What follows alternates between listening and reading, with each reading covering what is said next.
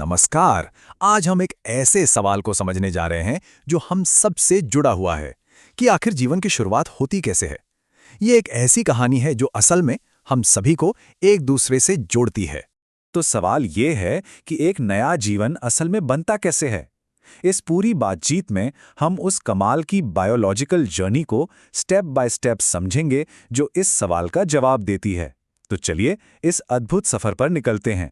देखिए, हमारा road map कुछ ऐसा रहेगा। सबसे पहले हम नए जीवन के ब्लूप्रिंट को समझेंगे, फिर मेल और फीमेल सिस्टम पर एक-एक करके नज़र डालेंगे, उसके बाद कहानी के मेन इवेंट यानी फर्टिलाइजेशन पर आएंगे और आखिर में देखेंगे कि एक नए जीवन की शुरुआत कैसे होती है।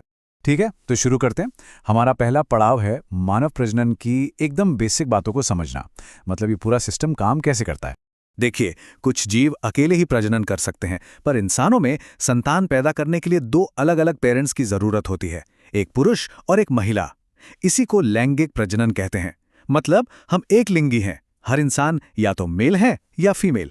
अगर हम पूरी पिक्चर को देखें तो इस प्रोसेस को 4 मेन स्टेप्स में बांट सकते हैं। सबसे पहले कुछ स्पेशल सेल्स बनती हैं, फिर उन सेल्स को एक साथ लाया जाता है। इसके बाद वो आपस में मिलती हैं और बस वहीं से एक नया जीवन बनना शुरू हो जाता है। ये सब कुछ एक बहुत ही सटीक तरीके से होता है। तो अब जब हमें एक मोटा आइडिया हो गया है, तो चलिए इस कहानी के पहले मेन कैरेक्टर से मिलते हैं, पुरुष प्रजनन प्रणाली। पुरुष प्रजनन प्रणाली के अलग-अलग हिस्सों को समझने का एक बड़ा मजेदार तरीका है। सोचिए, ये एक शादी जैसा है। इसमें कुछ अंग दूल्हे की तरह होते हैं, जिनके बिना काम चल ही नहीं सकता, और बाकी मेहमान या बाराती की तरह होते हैं, जो मदद तो करते हैं पर मेन किरदार नहीं होते। तो इस कहानी का दूल्हा है वृषण यानी टेस्टिस। इसके दो बहुत जरूरी काम हैं। पहला, ये मेल गैमेट यानी शुक्राणु या स्पर्म बनाता है, और दूसरा, ये मेल सेक्स हार्मोन बनाता है जो पुरुषों के शारीरिक लक्षणों के लिए जिम्मेदार होते हैं। एक स्पर्म का सफर वाकई में कमाल का होता है। ये वृषण में पैदा होता है, फिर अधिवृषण में जाकर मैच्योर होता है और स्टोर होता है, फिर शुक्रवाहिनी के लंबे रास्ते से गुजरता है और आखिर में मूत्र मार्ग से शरीर के बाहर निकलता है। ये एक बहुत ही लंबी और कॉम्प्लेक्स जर्नी है।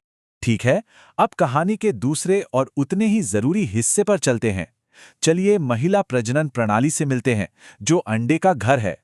जैसे मेल सिस्टम में एक प्राइमरी ऑर्गन था, वैसे ही फीमेल सिस्टम में भी है।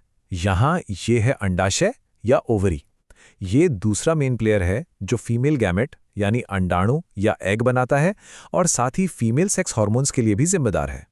अंडाशय के अलावा यहाँ भी कुछ मेहमान हैं जो बहुत इंपॉर्टेंट रोल निभाते हैं। ये अंग न सिर्फ फर्टिलाइजेशन के लिए सही जगह देते हैं, बल्कि आने वाले बच्चे के लिए एक सेफ और पोषण से भरा माहौल भी तैयार करते हैं। तो अब तक हम दोनों मेन प्लेयर्स और उनके सिस्टम्स को जान चुके हैं। अब वक्त है मेन इवेंट का, यानी फर्टिलाइजेशन। ये वो पल है जब एक नई जिंदगी की नींव रखी जाती है। अब देखिए, फर्टिलाइजेशन में जो दो सेल्स शामिल हैं वो एक दूसरे से बहुत अलग होते हैं। स्पर्म छोटा और तेज होता है, जबकि अंडाणु बड़ा और एक जगह स्थिर रहता है। लाखों स्पर्म्स छोड़े जाते हैं, पर आमतौर पर सिर्फ एक ही अंडाणु होता है। पर दोनों ही बराबर के जरूरी हैं, क्योंकि दोनों ही अपने अपने पेरेंट्स से जेनेटिक जानकारी लेकर आते हैं।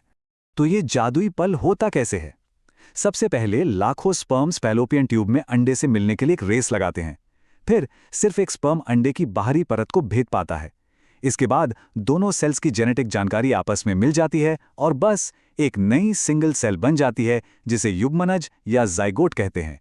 सही मायनों में यहीं से जीवन की शुरुआत होती है। लेकिन रुकिए, कहानी यहीं खत्म नहीं होती। उस एक सेल के बनने के बाद क्या होता है? चलिए एक नए जीवन की शुरुआत के इस आखिरी चरण को समझते हैं।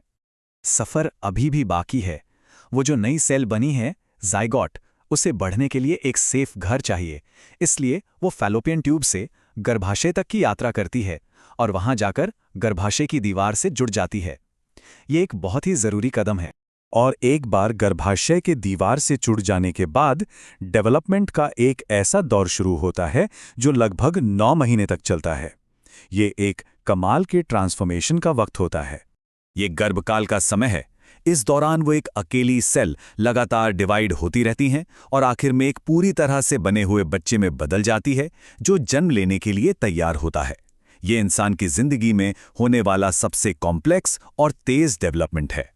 सोचिए जरा, सिर्फ एक सेल से एक पूरे इंसान का बन जाना।